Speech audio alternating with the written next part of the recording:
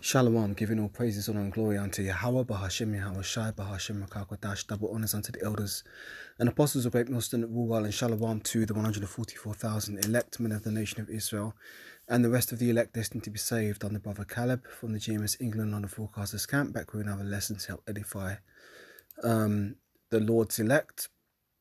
As always, I like to begin by saying that we are the real Hebrew Israelites. The real Israelites are also called Negroes, Latinos, Hispanics, Native Americans, West Indians. Let me say that again. We are the real Hebrew Israelites. The real Israelites are called Negroes, Latinos, Hispanics, Native Americans, West Indians, West Africans predominantly. But you will find Israelites that do look like the other nations, because we as a people have been scattered among all the nations throughout our various captivities. But if your seed line by your forefathers goes back to the man in the Bible that was named Israel, then you too are an Israelite, no matter what you may look like, because Numbers chapter 1 verse 18 clearly states that your nationality is determined by the lineage of your forefathers. So I was earlier this evening watching a movie, a very good movie actually. First time I've actually watched it. It's an old one. It was called The Towering Inferno, and it was made in 1974. Now, the premise of the film is that it's about a really high skyscraper that ends up catching on fire. And it's basically a disaster movie where these people are trapped at various points in this skyscraper, and the fire crew have to, risk life and limb to try and save the people from this towering inferno. And the first thing I thought to myself as I was reading, because it was based on a book, but I wasn't reading the book, I was watching the movie. In fact, it was based on two books. Was it The Inferno and The Glass Tower? Two books they based the movie off. But the thing that I thought to myself as I was watching this movie is that it reminded me of predictive programming. Now, predictive programming is a term that we've often used in this truth to describe an event which Esau will orchestrate, but it will have been shown in some form of media, or maybe sung about in a song, or maybe there was a newspaper article, or it appeared in a cartoon years before the event actually happens. Because Esau is very strategic in the way he does his events, and he has his evil calendar too, in which they have their satanic high holy days in which they orchestrate certain events to happen or occur. So all throughout the film I was watching this in mind, and I was thinking to myself, this really seems like a predictive programming for what happened in 9/11. September 11th 2001, as we're all aware, is one of the days that Esau used to orchestrate one of his greatest false flag events that he's ever done, which was 9/11. A lot of people lost their lives in the Twin Towers of the World Trade Center because it was on fire, and people were trapped on the higher floors, and a lot of them faced the choice of either burning to death in the building or leaping to their death to die from being splattered on the concrete, essentially, and to put it bluntly.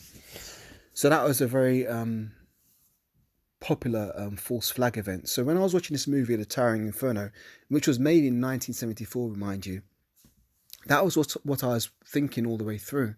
And also it reminded me of the Grenfell Tower incident, the fire that took place over here, as in 2017. Similar event, a lot of people trapped in the higher floors couldn't get down from the building. They either burnt alive in the building or they leapt to their deaths. Very grim stuff, but hey, this is what happens in reality. When the Most High kills people, he is the King of Terrors, and it is the Most High who kills these people. So with all that in mind, I was watching the movie, and it was very, thoroughly entertaining, a very well-made movie. And the thing about me is that I'm really into movies, and when I watch a good one, I like to try and learn as much as I can about it. Like, for example, what was the original concept for the film? What were the early revisions of the script like? Were there any storyboards that are available to view? Because I'm kind of into filmmaking myself, so this is just something I'm interested in. So after watching the film, I was looking for more information about it because I enjoyed it, and I managed to find a few clips on YouTube, and there was some interesting information that I found through watching it, which actually confirmed that yes, indeed, this was a case of predictive programming, them making this movie and then later on orchestrating the 9/11 event. So I've screen recorded a few clips. Listen to this, if I can play it, if it plays.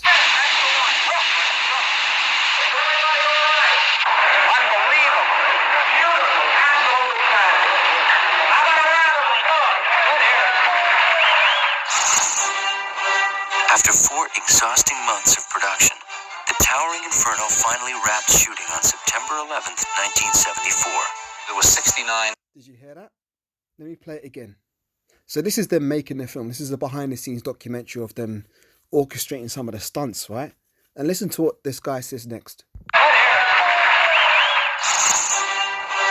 After 4 exhausting months of production, The Towering Inferno finally wrapped shooting on September 11th, 1974. There was 69 sets when we started. Right, so The Towering Inferno finally wrapped shooting on September 11th, 1974.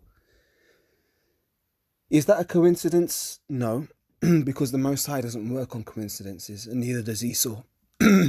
But what you've got to remember is that even though Esau orchestrates these false flags and events, it's the Most High who kills people. Let me just get that precept before I go any further.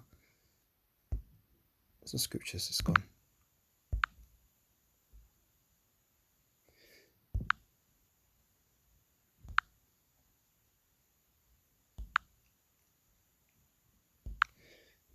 Deuteronomy 32 verse 39 says, "See now that I, even I, am he, and there is no God with me. I kill and I make alive. I wound and I heal. Neither is there any that can deliver out of my hand." So the Most High is the one who orchestrates death. He's the one who sanctions the angels to kill people, essentially.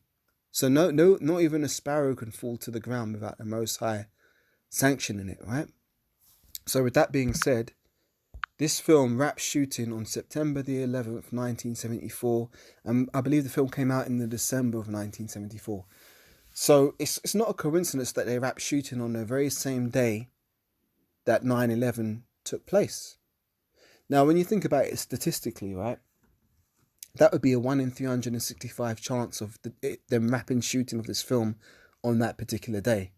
But there are no coincidences, man. It was look, these film shoots, right, they don't just go out with a camera and think, oh yeah, today I want to shoot a film and yeah, I'm just going to do it willy-nilly. No, these productions are planned down to even the most minute detail.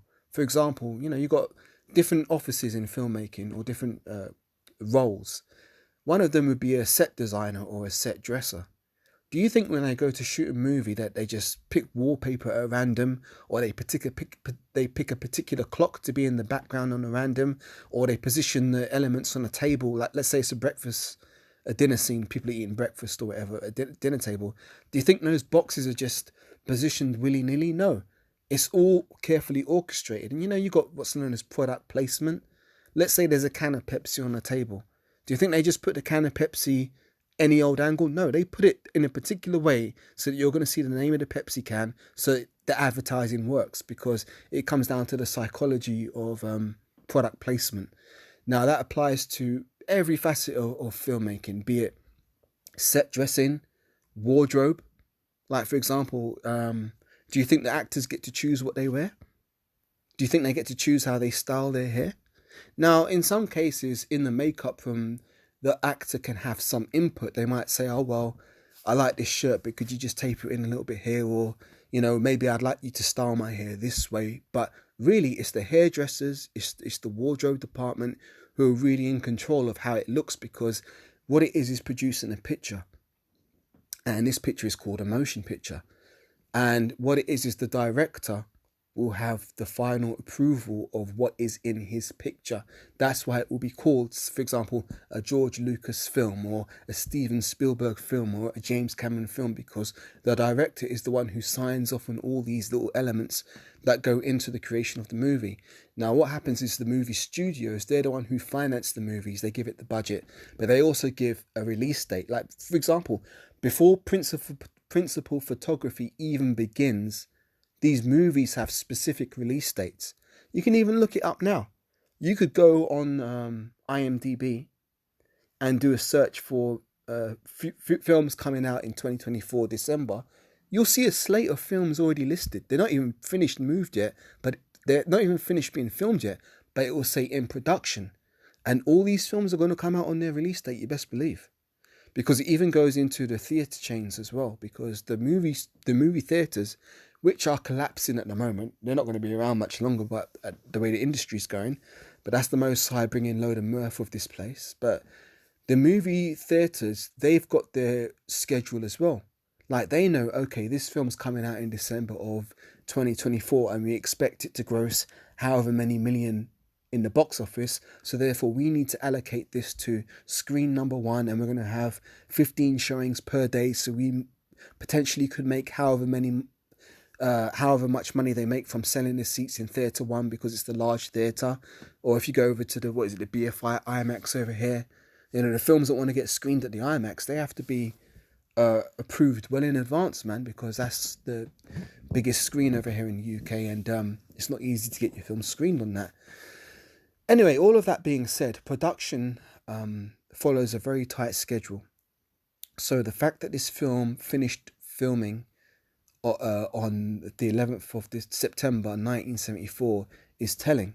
And Esau does his stuff on purpose, because what he really wants is, for the uneducated people out there who don't know the Holy Scriptures, he wants them to be scared of his witchcraft, to make us think that he is as the Most High and that he controls all of these things and he's the one who's making all this spooky shit happen. No. Esau's just a puppet. Esau's just a pawn. He can only do what the Most High allows him to do. Now, I've got another clip here which is also very telling, because it ties it to 9/11. If I can get back to the thing here. Play this clip. Receive harsh criticism from builders who claim that the movie gave an incorrect and inflammatory picture of safety in modern skyscrapers. Ironically, just 2 months later, a massive fire broke out in the world's tallest building, the World Trade Center. This picture opened up a lot of eyes. So it says a few months later, a fire broke out in the World Trade Center. And if you notice there, it says Trade Center hit by sixth floor fire, right? One of Esau's big numbers that he likes to use is the number 6. And if you look down there, right, it says blaze starts on the 11th, right? Now check this out. Use your head here, right? What happens if you turn the number 6 upside down? You get a 9, don't you? So if you take that 6, turn it upside down, Trade Center hit by 9, right? You see the 9 because you turn the 6, you invert the 6. Then it says blaze starts on the 11th. You get 9/11.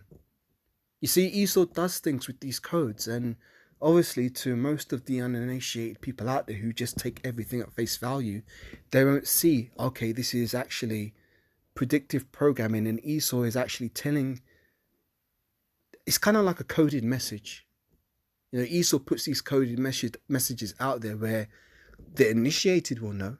You know, the elites of Esau will know what they're trying to communicate, but most of the general public will not. So therefore, they will be spooked by this shit. But we're not ignorant of Satan's devices, as the scriptures say. So let me get that one on the screen.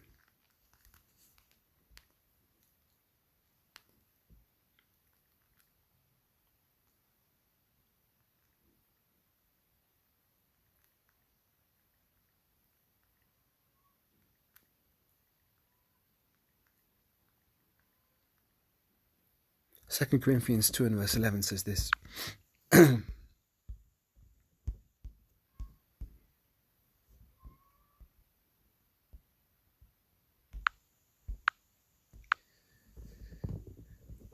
Lest Satan should get an advantage of us, for we are not ignorant of his devices. Read that again, 2 Corinthians 2 verse 11. Lest Satan should get an advantage of us, for we are not ignorant of his devices. So this is one of Esau's devices, and we can't be afraid of Esau because the Most High doesn't allow us to be. The only thing we're allowed to fear as Israelites and as men of the Lord is the Most High. And that's why these things shouldn't spook us or bug us out. People in the world who don't know the Most High, yeah, let them be bugged out. But as men of the Lord, men in the truth, we're not ignorant of Satan's devices. We don't need to fear Satan. The Most High is the power who's really in control. The scriptures say that the king's heart is in the hand of the Lord, and he turneth it whithersoever he will. It was the Most High who killed those people in 9/11. It was the Most High who sanctioned 9/11 to even happen. So we have nothing to fear from our enemy Esau. So I just thought that'd be an interesting quick lesson to do on the topic of predictive programming that I saw in this film that I watched today. Again, first time I've watched this film. It's an old film from 1974. I'd highly recommend it. Very entertaining film if you like that type of thing. But yeah, Esau's working overtime to try and accomplish his agenda, but the Most High is going to bring him down because Esau's not greater than Yahweh B'Hashem Yahweh Shai. So with that, giving all praises, honor and glory unto Yahweh B'Hashem Yahweh Shai, double honors unto the elders and apostles of Great Millstone that rule well. Shalom to the 144,000 elect men of the nation of Israel and the rest of the elect destined to be saved. And I'll catch you on the next lesson, Lord willing. Shalom for now.